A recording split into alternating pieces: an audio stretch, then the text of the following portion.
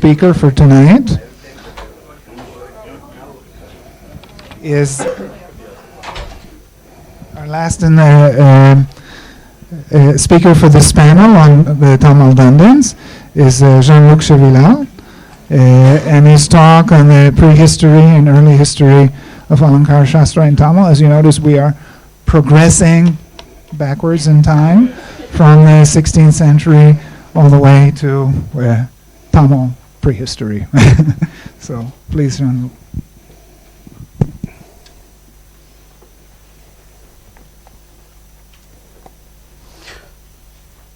So does this microphone work?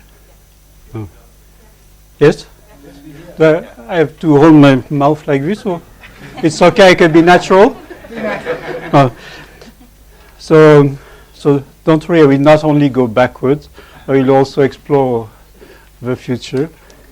And as a matter of fact, this is connected with one idea I have that the thing we study, one-way communication.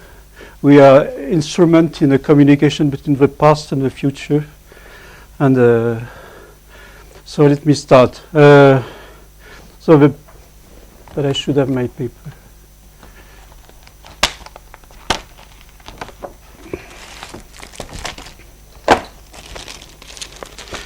So the presentation which I have the pleasure and honor of giving here, thanks to the organizers, thank you, will be partly based on my revisiting with a new perspective some core Tamil texts such as the Tolkappiyam and other texts which I've been cultivating for many years, and also on my exploring as a new discovery other primary Tamil sources which I had never had the occasion to examine more in detail until now, but simply skimmed through. So this preparation was for me the occasion to explore other linguistic horizon, so especially the Sanskrit horizon, so the Sanskrit half of people who were bilingual using several languages, and in which I'm certainly an eternal novice, relying on translation, but I'm sure I will learn many things about the thing which I don't know this week. So my presentation will be based on two central questions. How was it possible at the time of the Virasolium to introduce a new, if it was new, a new branch inside the Shastric literature for Tamil, of which the core constituent, the kernel which has been transmitted to us, is a treatise known under the name of Tolkappiyam, as derived according to tradition from its author's name, Tolkappiyam, which is supposed to be derived from some Gotra name. But I'm not going to debate this here. So that treatise takes, as we have it, roughly 5 hours of time for a full recitation. And to give you an idea of the speed at which this should be recited to have 5 hours for the whole Tolkappiyam. இனி வருவது உபமையியல்.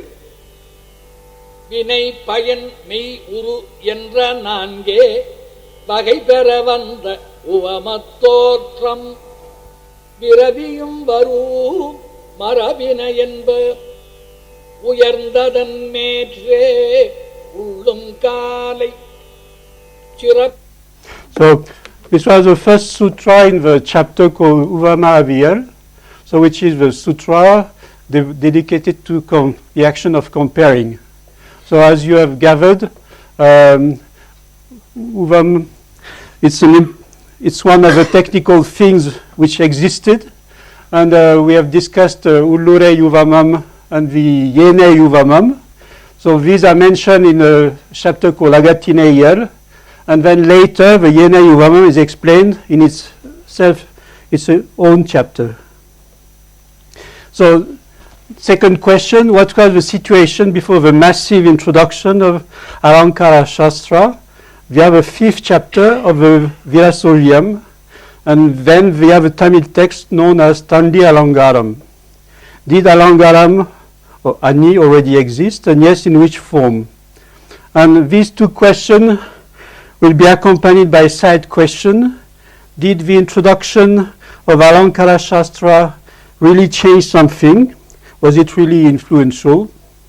So there are people who think one cannot imagine anything better than Ulurei Uvamam. Somebody has recently published a book in introduction, he states that. And question 4, what were the parallel development, for instance, in the field called partial? So partial is the classification of a Prabandha, various Prabandha genres. There is a standard list of 96, but it grew progressively to that size. So needless to say, I shall not be able to provide a complete answer to any of those questions. And the answer to question 3 is subjective. So let's move forward. And I have also a list of topics about which I would have liked to talk, but I won't have the time. So now the field and the subfields. So from 3 to 5. So the 5 hours length of the Tolkappiyam is for 3 books. 1 hour and 10 minute recitation of a Virasoriam is in 5 chapters. And so the thematic, organizational, and the metrical point of view show that they are quite different. So from the thematic point of view. So the Tolkappiyam is divided in 3 Adigaram, Yeruttu, Sol, and Porul, and each have 9 chapters. But we mostly interested in in Porul Adigaram. But we also will have, if we had the time, we would have some interest in the Sol Adigaram, certainly. And the Virasoriam is divided into 5 Adigaram, Yeruttu, Sol, Porul. So since this has been given already by Anmonius, I should go fast. And so let's go straight to the point, the corresponding with Dandin's Kavyadasha. So we have here the structure. Yerutadigaram is recitation is 1 hour 24 minutes. It's a detailed grammar which gives many sandy rules. The Yeruttu section of Virasoriam lasts only 11 minutes. As Anmonius said, it's simply a kind of catalogue. And so Soladigaram supposed to be more detailed, but still is very short. And then Agam, Puram, Kalavu, Katpu, Porulial, those are 5 chapters in the Tolkappiyam. It's, let's say this is the core of Tamil literary theory. So 1 hour 16 minutes becomes 8 minutes. And so it's a list of words. So if you did not have a commentary, you could not really make use of it. And Seyulial may be slightly more developed. So Seyulial is a section of a Tolkappiyam explaining Seyul. So Seyul is poetical composition. And in the Virasoriam we have 14 minutes. And now Uvamaviel is what corresponds to Alankarasastra in the Tolkappiyam. And so here you have the correspondence. So here the Virasoriam sign is longer, but it deals with many more topics, of course. And some parts do not have a correspondence. So there is something dry which may appear ridiculous in giving precise figure, but it's my personal opinion. One cannot summarize human knowledge very easily. And if it has to be transmitted, it has to be recited integrally, regularly. Otherwise, it ceases to exist. And you have been doing this for the Kavyadasha. You have been reading it for... So if we wanted to have a clear idea of what is in the Tolkappiyam, we would have to read it. We would have to read the Uvamaviel. We cannot summarize. And of course, reading the Karigay is not sufficient. So I'm not sure what a Karigay is clear for you. I should say probably a Karigay is the equivalent of 2 shloka, because a Karigay contains 4 lines, and each line is supposed to have 16 akshara. So that's 4 times 16, 32. And there are special Karigay, which starts with a nirei, in which each line has 17 akshara. So it's slightly longer. Plus the Tolkappiyam in sutras, which have unequal length.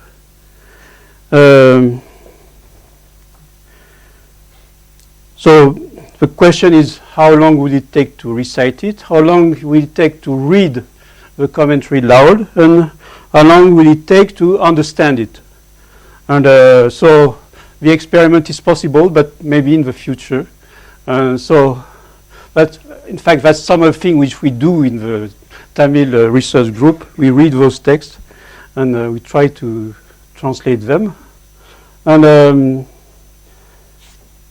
so now it's strange to read what when everybody can read, but I suppose moving. So the data contained in my chart 1 was very imprecise if I wanted a mapping. But of course, the starting point from which I wanted to extract the statement. So I've been speaking 10 minutes.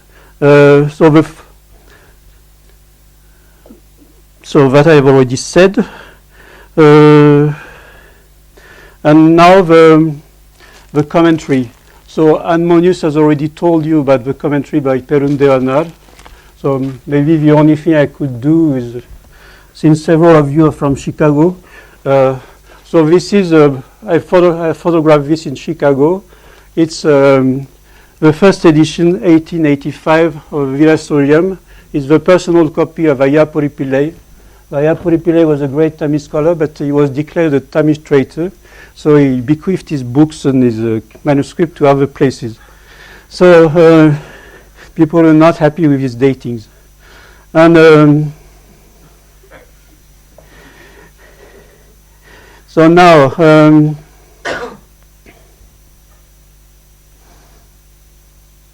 so this is supposed to give you an idea of the size of the commentary. I suppose it's printed big enough so that you have an idea of the size of each portion. So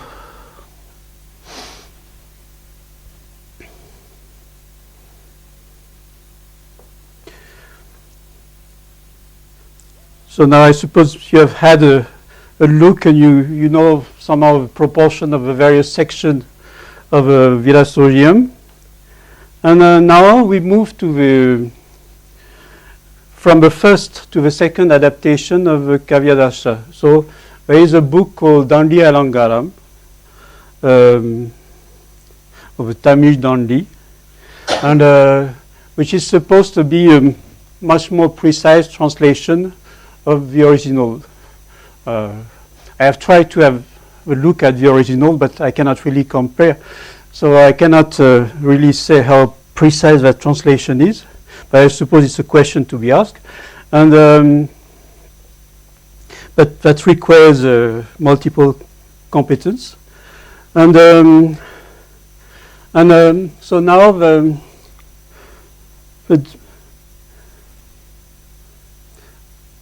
so these treatises exist within a field where some language professionals are active. I did not like the expression grammarian. I thought the expression linguist is anachronistic. So I tried to find a common denominator to certain activities. And I thought maybe language professional would be a better designation for a certain group of people. And so these people are active in front of an audience, part of society. And they are supported, financial support, for instance. And they have students, etc. And so the basic fact is, as was already said, the Virasuriam is probably considered insufficient. And then we came to a new situation where new treatises appeared. So I've mentioned the Tolkappiyam, I've mentioned the Virasuriam, I've not mentioned the treatise which existed between the two, but now I'm going to show the treatise which came after. and which are still considered as standard work. So if you want to take the examination of Tamil Pulavar or Tamil Pandit, you have to study these works. They are considered as valuable, relevant today. So,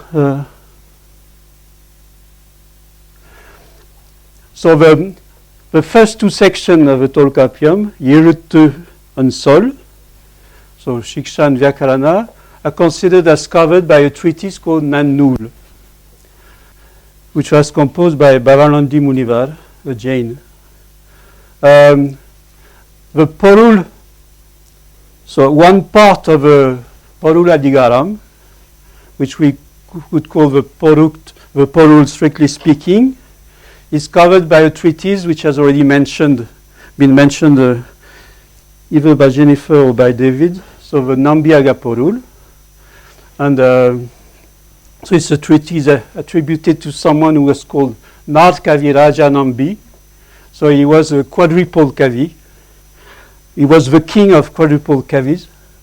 And then there is another treatise for metrics, the Yaparungalakari, which is supposed to be an abridgment, or maybe originally was an appendix to another treatise called Yaparungalam, because sometimes it's called Yaparungala Puranade. And then we have the Dandi Alankaram. So a student who wants to take the examination of Tamil Pulava has to read this text. And to these 5 fields is often added a 6th field, which is Partiyal. And the first treatise is called Venba Partiyal or Vachanandi Malay. And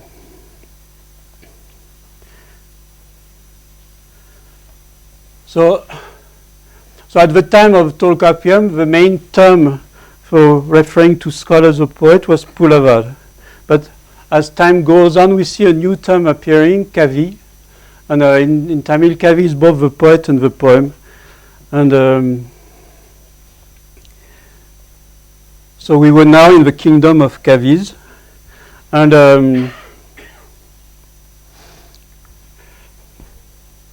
now, so this is probably not meant to be read like this. This is simply part of my homework for exploring Alankarasastra. So I wanted to have the equivalent between the Tamil terms and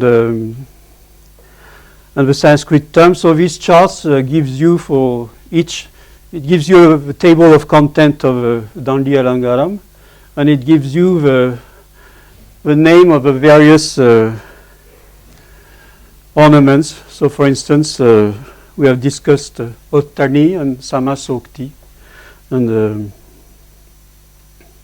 that is the continuation.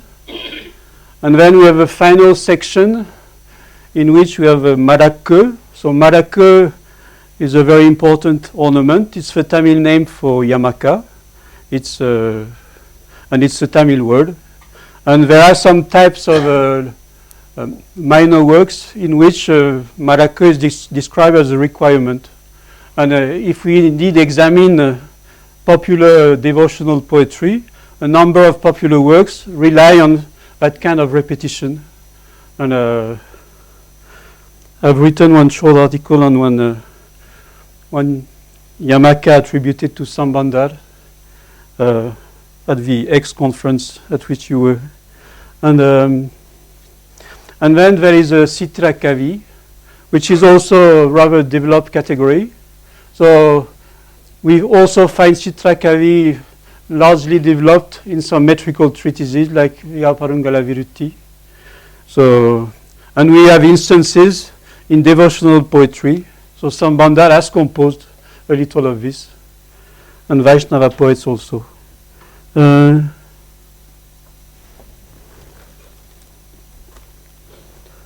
I've been speaking 20 minutes. So now I'm trying to pair the pre-Virasoyam material with the after Dandin view of the world. And I take the case of 2 technical terms, or half technical terms. The word nadei, gate, and the word Vannam. And so, as a starting point for this small beginning of an inquiry, I take the first Karigay in the 5th section of Virasuriam. So the beginning of the Alangara Padalam. So, Urei Uralaga, Vuir Porulaga, Ureita Vannam, Nirei Nirama, Nadeye Selavan Inda Seyut Kalan, Tarei Malimanidar Tammalangarangal, Tandi Sonna, Karei Mali Nulin Badiye, Yureipan, Kanong Kureye. So this is the first sutra in, not sutra, Karigay, in the 5th section. So there was in Pondicherry, there were in Pondicherry several scholars, a very well-known scholar, T.V. Gopalayil, but he had a brother who was also a scholar, and his name was T.S. Gangadharan. Did not have the same initial because he had been adopted by an uncle who did not have children. So which is why it's not V, but S. And so he says that poetry is compared to a lady decorated with apparel and ornament. So the words are the members of her body. The subject matter is her life. The rhythmic variation, Vannam, is her complexion. The style of language is her mode of gait. So if we try to produce, so this is a paraphrase, if we would try to produce a translation, so unfortunately the two parts don't hold on the same screen, so I put some yellow numbers to see which part translates which one, but well. So the urei being the bodies. Well, I've decided that I could translate with the plural. The porul being the lives or the souls. The row of the Vannam being the colors, Niram. By the means of some verses, Seyut Kalan, which go, Selavan Indra, a relative participle, with those very gates, Nadei, correspond to Sanskrit Gati. The ornaments, Alangaram, of the human beings, Manidar, who are abundant on earth, Tarei. In the manner of the treatise which Dandin uttered, I shall tell, O heavy ear-jeweled one. So this is addressed to a lady. So in this Karigay, so the original is here, there are 2 Sanskrit words, but most of the words are Tamil words. So the Sanskrit words are Alangaram and Manidar. And these words are not attested in the Tolkappiyam. And we can see on the other hand a majority of words which are frequent in the Tolkappiyam and which have one or several precise technical meanings. So, and here I'm trying to make a difference between a named technical meaning, as in the case of Vannam, and an informal technical usage, as in the case of Nadei. And so the word Nadei occurs 16 times in the Tolkappiyam, and I've taken a number of occurrences to try to explain what Nadei is. So, for instance, when the Tolkappiyam gives some explanation about samasa, compounds, which in Tamil is togei, it says, Ella togeyum oruso nadeya. So the compounds possess the nadei of individual words. Or we have a sutra giving the compatibility between some meters. So in Seyulia, the sutra says, Asiriya narete vanji yene venba narete kali yene moribe. So the meter called vanji, so there are 4 main meters which appear here. So the meter called vanji possesses, which means is compatible with, the gate of a meter called Arcilium. And the meter called Kali possesses the gate of a meter called Venba. So it's slightly complicated to explain what this means, but it means talks about the coexistence of a possible mixing of meters. And so another example is in the characterization of what we might want to call prose. So here maybe we have to make a few parenthetical remarks. So in the Kavyadasha there is a distinction between Gadya and Padya. And so in the Virasorium this distinction is retaken, but it does not appear in the Alangara Padalam. It appears in the Yapu Padalam, so in the chapters on metrics. And Monius has given elements about it. And but in the Tolkappiyam, we also had a vocabulary for this kind of thing, but it was a different system. So in the Tolkappiyam, what is at the top, Tamil is subdivided in two things, Varake and Seyul. Varake is the ordinary speech of educated people, and Seyul is composition, or poetical composition. And Seyul is subdivided in 7 things, parte, urei, nul, etc. So the first element is parte, you might say is verse, and the second element is urei, which we might want to call prose, although it's more complicated, because as this sutra explains, there are several types of prose, the pure prose, the prose which is mixed, so some kind of chambu. So, for instance, the Bharata Venba is a chambu. We have some Venba mixed up with prose, and it's an existing work. And so this sutra, which maybe I should not read now, but which you may have read when I was speaking, gives a detailed classification of urei. And and maybe I have not time for the other example I had chosen. It's about the types of commentary. So you have some commentary in which you have hete and yerutukarte.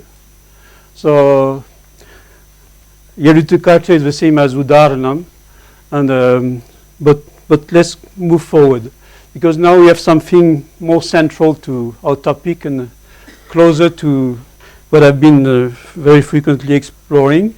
So Varnam. So I said that the word Varnam is a named technical term. The reason is that it's one of the 34 elements enumerated in the first sutra of the Seyuliyal. So Seyul is supposed to be characterizable thanks to 34 limbs. And these 34 limbs are subdivided in 26 plus 8. And the 8 are special. And the 26 end up with Varnam. So Varnam is one of the most complex manner of characterizing poetry. So in the Tolkappiyam, you have 23 sutras in the Varnam section. And the first 2 sutras tells you that there are 20. The second gives you the name. Then you have the 20 definition. And then the final one tells you that's all. So that's 23 sutras. And so between the time of Virasoriam and the time of Tolkappiyam, there were other grammarians. For instance, there was a grammarian called Avinayanar, who was very influential. And he had refined the notion of Varnam going from 20 to 100. Oh, that's what I thought. And so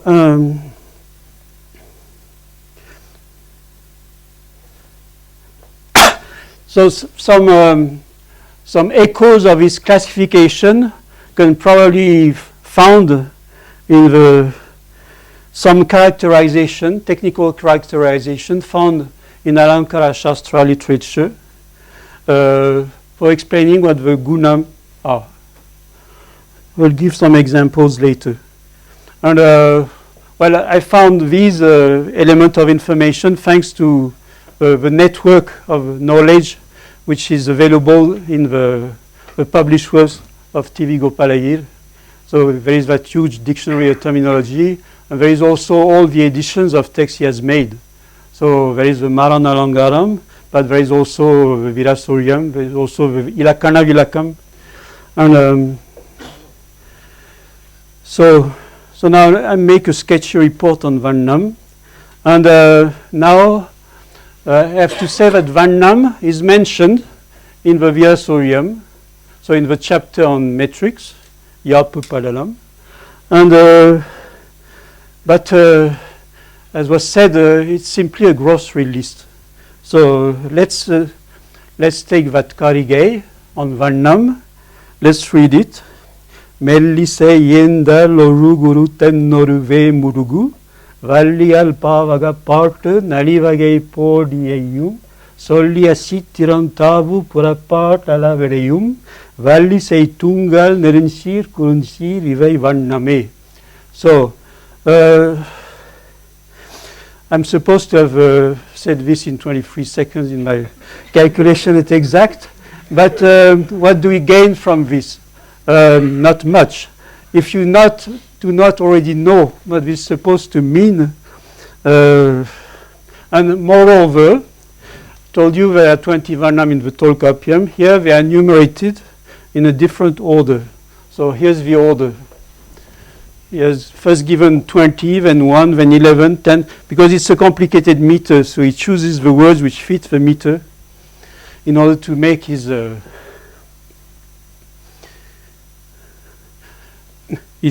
aksharas.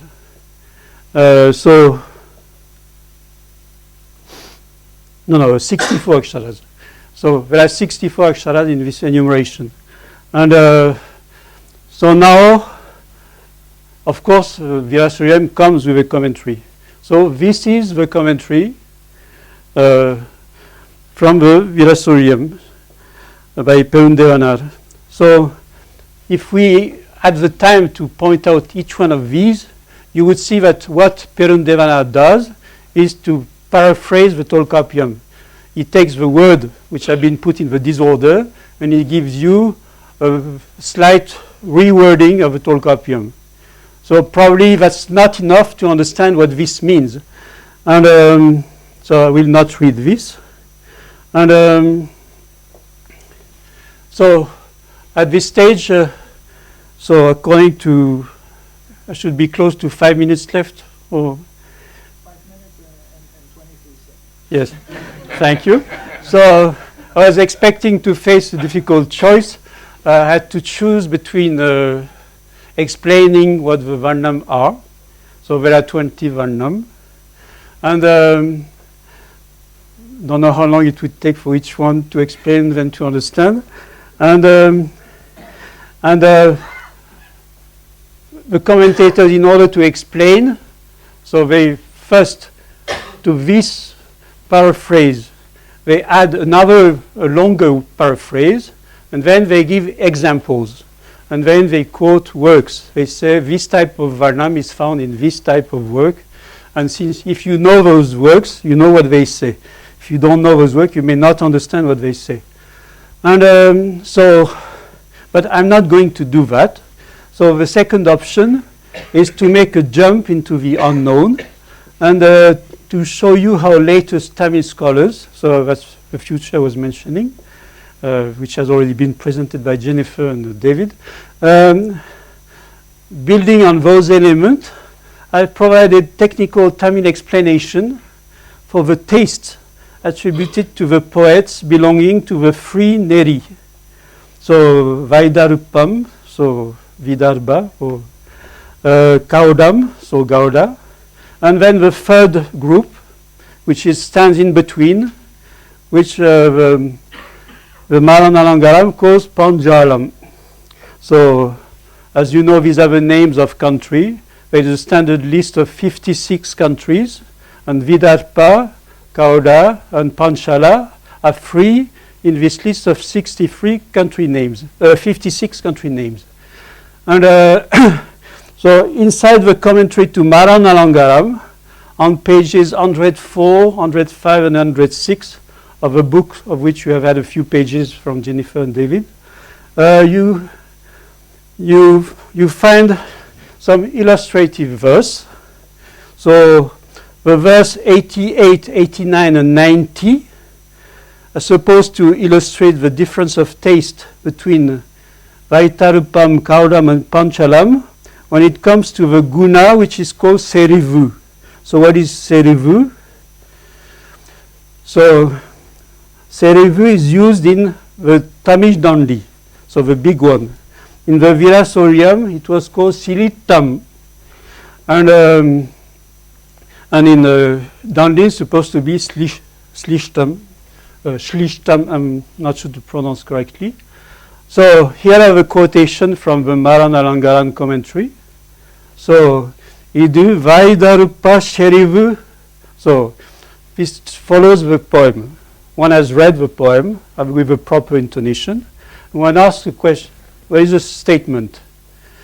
So this is Shlishta according to Vidarbha. And then Yene is why. And then the explanation is Mellina magia yerutu seria, Mellina vannam utsu, Averuta nagia sotkal seria, serita mein yenge. Say, but it is because you have an instance of Mellina vannam, so that's one of the 20 vannam.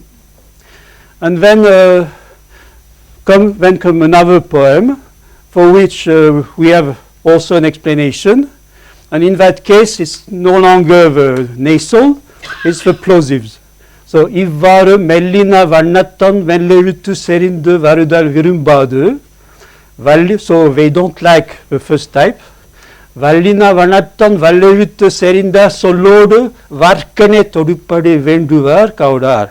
So, they have some kind of rough taste. And they enjoy these harsh things. And then the third one is another taste. So according to, so he illustrates still another poem.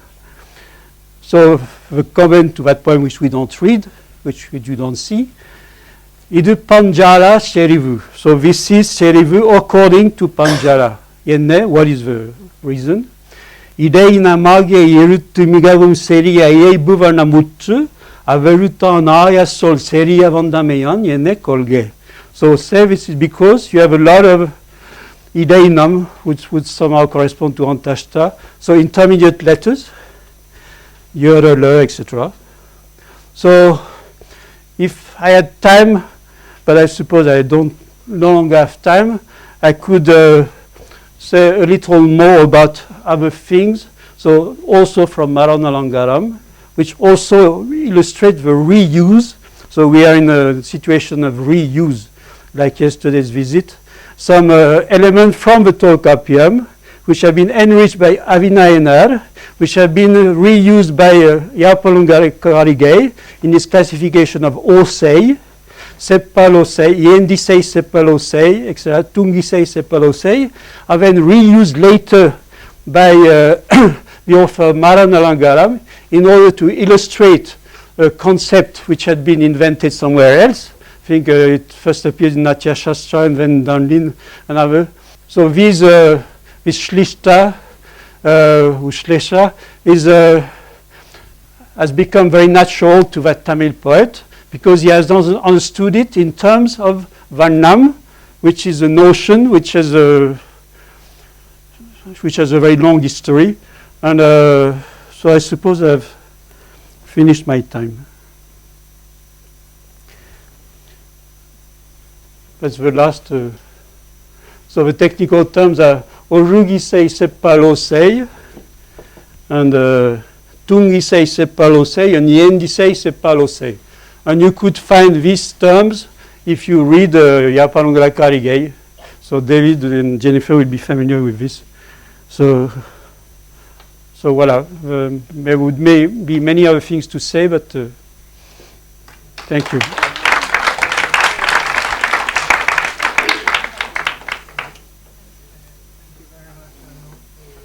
We have we have time for questions and discussion. So, Jean-Luc, what about the first of the two questions that you posed? Is there any Alankaram in very old Tamil, and if there is, then is it different than Alankaram in the Chola period or later? And I mean, how do you see this question now? Well, regarding Alankaram in Tamil, well, first there is the question of Uvamam, but you've already started that question, so maybe there is no point in talking again about it. And then there are a number of figurative usage, but whether it belongs to Alankaram or not, I do not know. So there are all the questions. So if you think as a European, metaphor and metonymy supposed to belong to the same category. Of course, Jacobson has said there are two different poles, but you have some list of figures in which they are together. So if we think of metaphor, what do you do about metonymy? There is a Tamil expression, argupeyel, which is usually translated by metonymy, and sometimes you specify, you say this type of metonymy in fact should be called synecdoche, etc. So that's something, one point which should be explored. And and this is discussed, for instance, in the Soladigaram. So in the Soladigaram, in the chapter called Vetume Mayangiel, we have 2 or 3 sutras which deal with this. So the argupeyel, where the part is used to refer to the whole, or the whole refers to the part. So for instance, somebody who wants to practice asceticism and reduce his sexual desire, supposed to eat a plant called kadu. So the kadu is the name of a tree or plant. So the example would be kadu tinjan, and it's supposed to mean he has eaten that part of a plant. So that's one example of argupeyel, and there will be others. So that's one thing which could be explored. So I've been wondering, is metonymy something which means something in the framework of Alankarasastra? That's one question. Then there is another line. So as I understand, the 4 more ancient figures are Upama, Rupaka, Yamaka, and Dipaka. So the word Rupaka does not appear in the Tolkappiyam, but it appears somewhere in the Nannul. What about Dipaka? Well, when I try to have a look at the example in the Tamil Dandi for Dipaka, often I think of a problematic, never know how to say that French word in English, of Porul Gol. So the Niranirei, what is it, Yatta Sankhya, the Churnam, so the chiasm, etc. So these things also somehow belong to Alankarasastra, because the idea is it should not be too simple. As we know, in poetry there are several tastes. Some people like what is simple, some people like what is more complicated. And opening a parenthesis, in the Seyuliel, at the end of the Seyuliel, the 8 supplementary limbs of poetry, the Vanapoyete, the 6 beauties, are somehow in that line. It describes various manner of making poetry from a high level.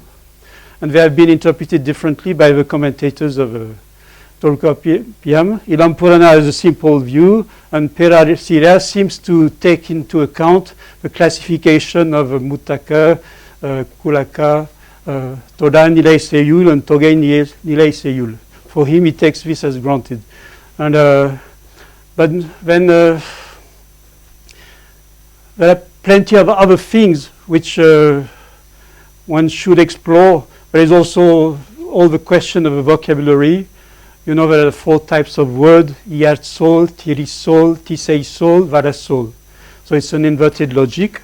So inverted compared to the logic which was mentioned this morning by Andrew. And where it's Tamil which plays the role of Sanskrit, Sen Tamil, Sanskrit, but a Sanskrit Tamil, if Sanskrit means perfect. So perfect Tamil, and then a number of things which are more peripheral. And so you have a simple word, and you have a tirisol, and you have all that play on polysemy, etc. So, and then there is the Yamaka. I think I'm not sure at the time of Tolkappiyam they were really interested in that. He mentioned aduku. You have a repetition. He gives a limit. You can repeat 3 times. If there is a fire, you can say fire, fire, fire, or maybe 4 times. I'm not sure. Maybe it's 4. And but Yamaka as such seems to appear rather slightly later, maybe at the time of Avinayanar, when they start to describe some of the popular meter which rely on repetition. And I think Yamaka is more popular than Shlesha, and it's a pleasurable element in many of in the Tiruvasagam. So I don't know, but maybe that's enough of an answer or a non-answer.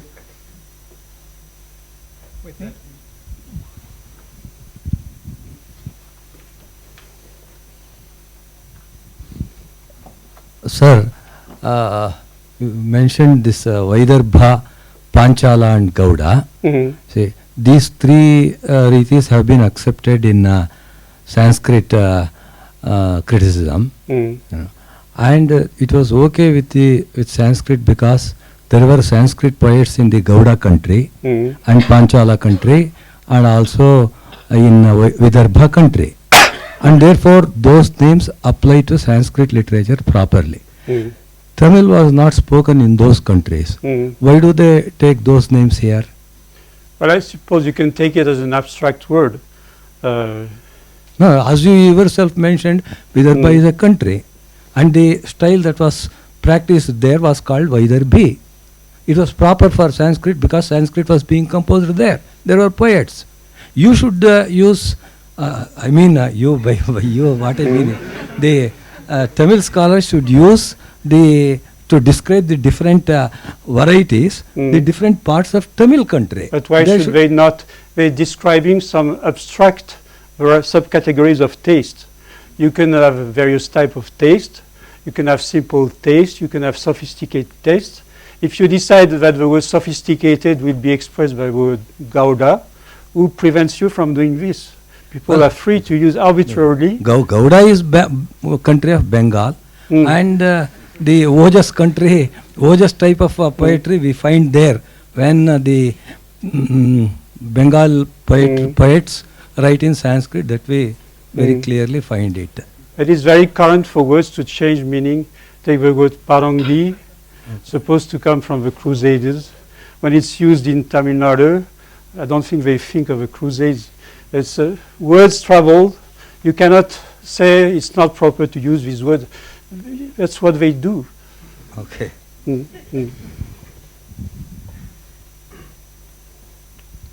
Thank you, Jean-Luc. I wanted to try to put your paper in conversation with Yigal and Andrew's paper from earlier this morning.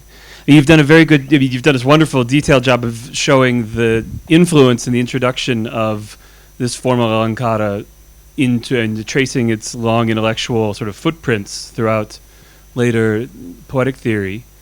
But I mean, one of the things that both of their papers emphasized is that there's this, generative principle that comes with Dundon and perhaps more generally.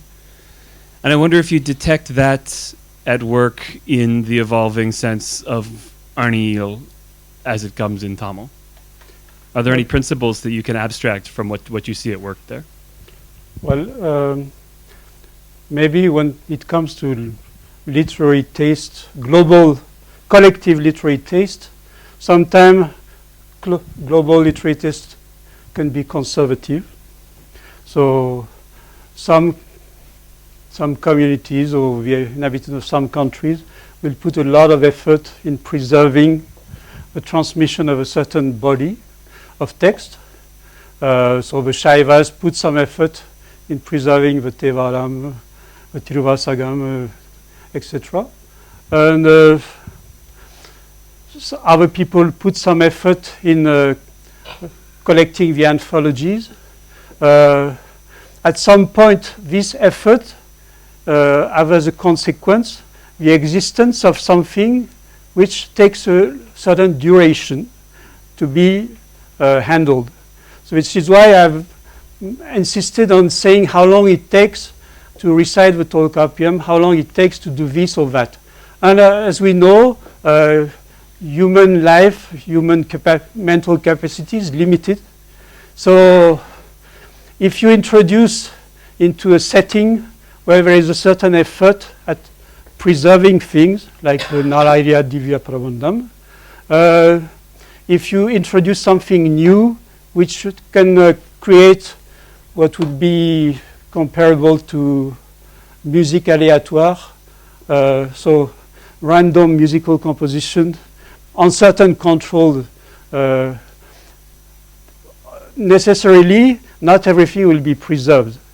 So you will have something which will be according to the marga of tradition, where everything has to remain permanent forever, and a smaller margin, maybe 20% or more, 70%, I don't know, devoted to what we call la mode, this thing which are ephemer.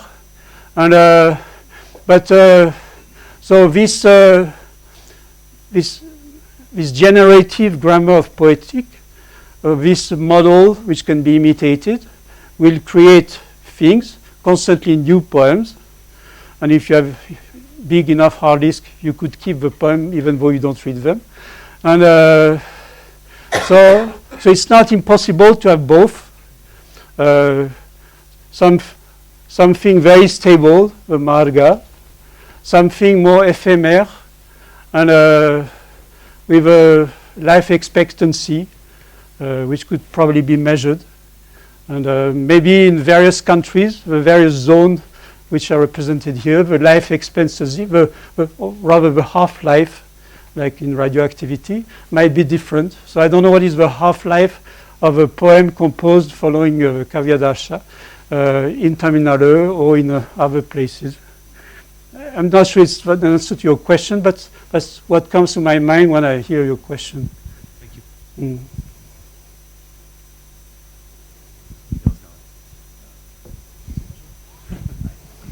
Oh, I'm sorry. I was just asking, I think Nagaraja Rao's question. I'm curious, how precise do you think are some of the mappings of these riti, Vaidarbhika, Gaudi, Pancha? I'm just curious, in the literature, does it map quite, in terms of Dundan's formulation and how it actually manifests? So, let me answer. You will notice here the word jump into the unknown to me. So I've been talking about things which I do not know. I had never read Dandin before being invited for that conference. I've been reading Tolkappiyam, Yaparung Lavirti, etc. So for me, when I see this, what is familiar is not Vaidarupa in Nisei. What is familiar is Tungisei, Sepalosei. That I recognize immediately. And because I know what it means. For me, this is just a word which I discover, and so I could not answer your question regarding Vaitarupa, Kauda, and Panchara. But didn't I understand that an example is given for each one in the? Yes, yes. So in terms of the examples that are given, that's the curiosity of. I have a book here I can give you. You can read. Can you read Tamil? Oh. Well, next time.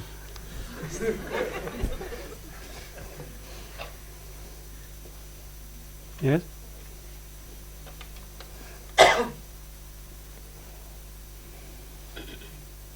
Just a very general question.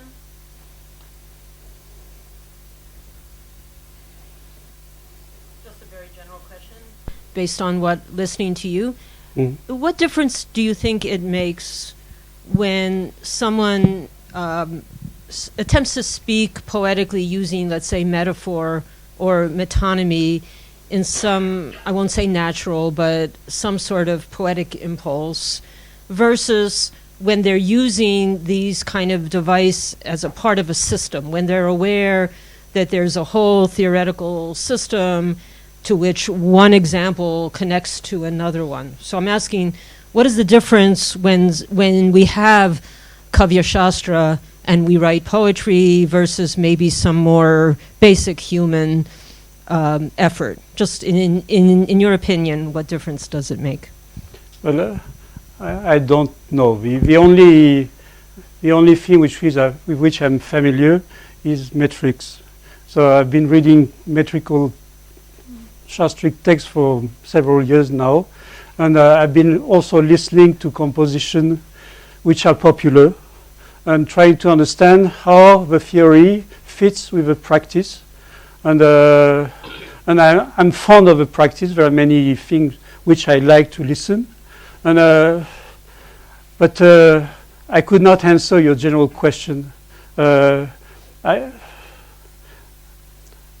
I come from mathematics initially, so I tend to view theories with suspicion. It's one theory among many possible theories, but at the same time, I believe in singular facts. So the fact that a poem is popular and has been transmitted for several centuries is a fact. So, but I can't answer more, I'm afraid.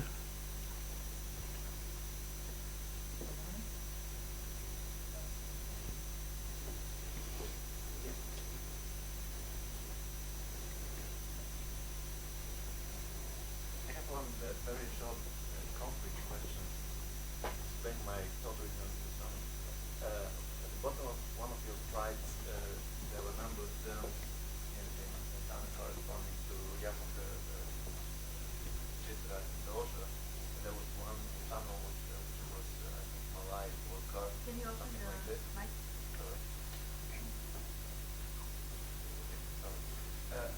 Yeah, exactly. This I'm eager to know what does exactly mean Malay vocal. So thank you for asking the question, because when I made this chart, I tried to find the correspondence between the Tamil text.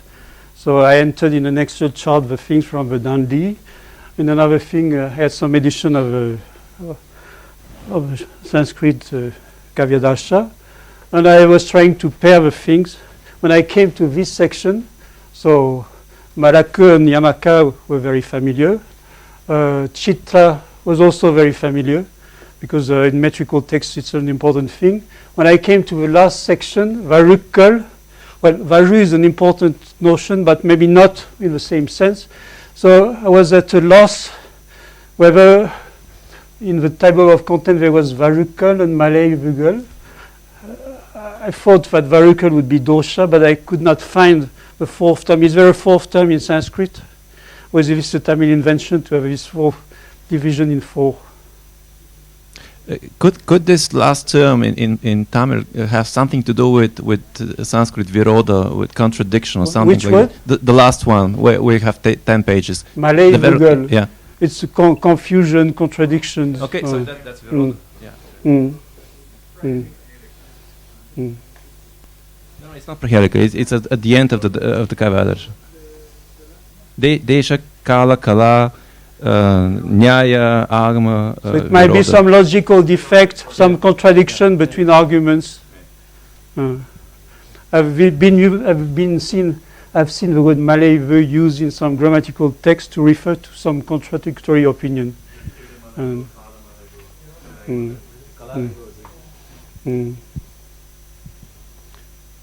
So I should probably put the word Virodi here. Thank you. Speaking about Kala, we want to thank Jean-Luc very much.